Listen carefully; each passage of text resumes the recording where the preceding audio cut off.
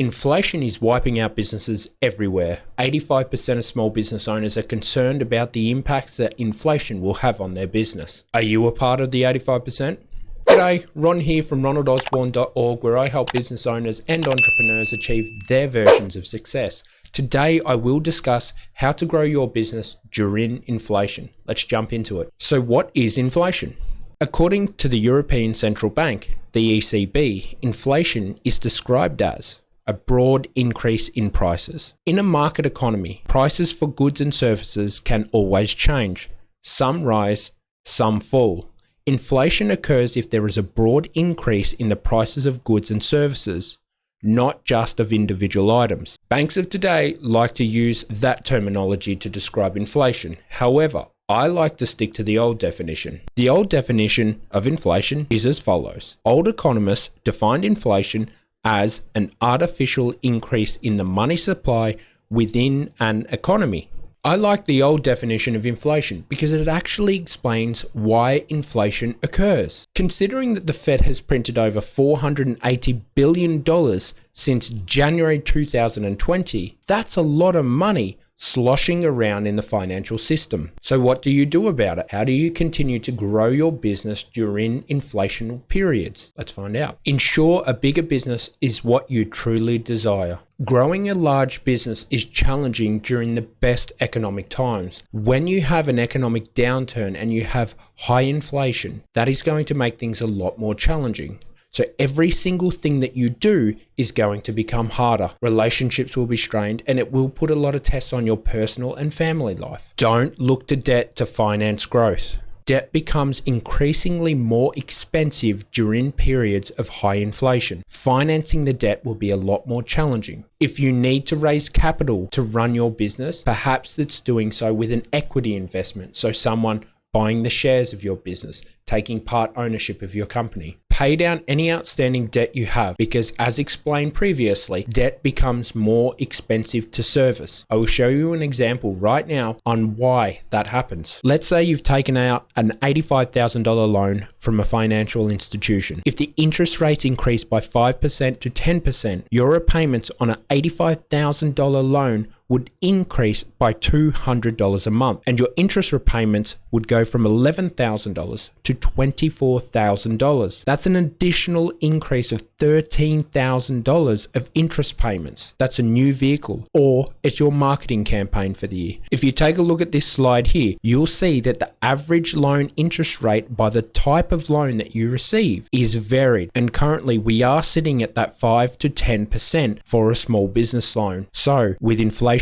rising, it is not too far-fetched to see these numbers drastically increase. Hire the right people during tough economic times. Jobs are going to be harder to come by during these downturns. You want to hire the right people for your business, someone that's been loyal to the organizations that they were at. You want to look for people that weren't riding the highs of the last couple of years. You want to make sure that they weren't jumping from job to job, getting paid more and more and more, and not being loyal to the organization that trained them and looked after them. This is a great time to hire family members. I made a video specifically on this topic because I'm actually quite passionate about having family members in your business. I had a large organization, I had 27 employees, multiple millions of dollars a year, and I attribute all of that to my family members. Have an emergency cash fund. You can do everything right during these periods. However, if you don't have some cash in the bank, that can be your downfall. The cash in the bank will provide the buffer that you need in case there are worse economic times ahead. Ideally, you would like to have a buffer of 6 to 12 months. Pay attention to consumer sentiment and market trends. Review the Michigan Consumer Sentiment. This will help provide you with an understanding of how others are feeling about the state of the economy. Low consumer confidence suggests poor economic conditions may follow as people save more and spend less. Depending upon what industry you're in, you can utilize something like Google Trends to see how interested people are in the goods and services that you provide. Google Trends shows you the interest in the topic subject that people have over a period of time. You can enter the industry such as a marketing agency, and then you can see how that is trending over time. You can even go back to tough economic times such as the GFC and see how that performed. If you notice that it starts to decline, you need to be cautious of the business that you're operating marketing, as past trends indicate that you might be in a bit of trouble.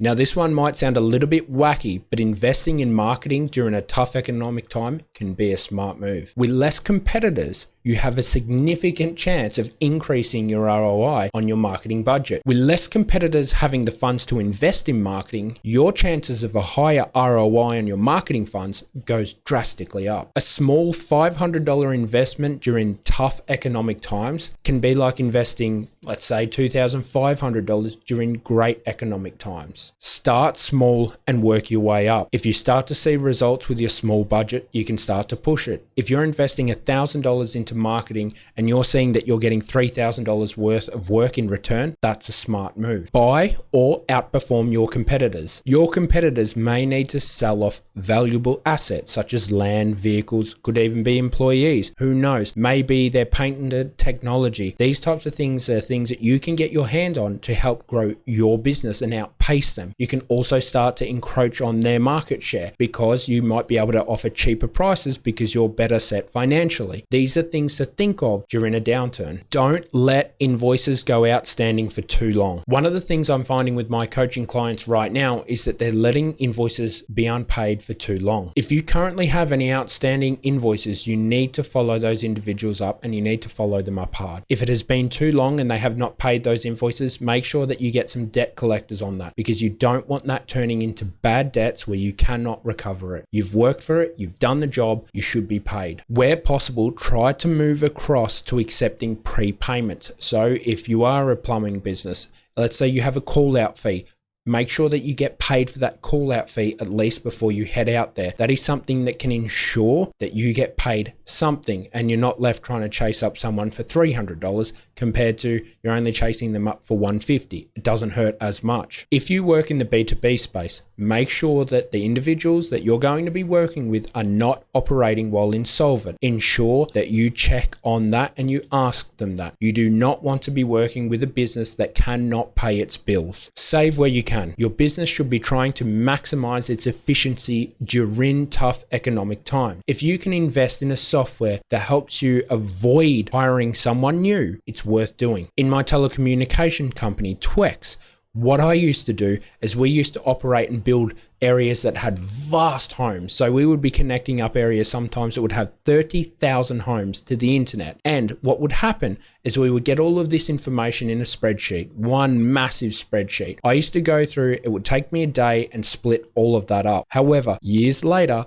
I learned Python. Python enabled me to create a little script to rip that apart in 15 minutes. If it's worth speaking with a developer to try and cut down on your admin costs, anything that you can think of, especially pertaining to admin work, try and reduce that. It might cost you $5,000 to get a developer in. However, it might save you on having to hire a new employee.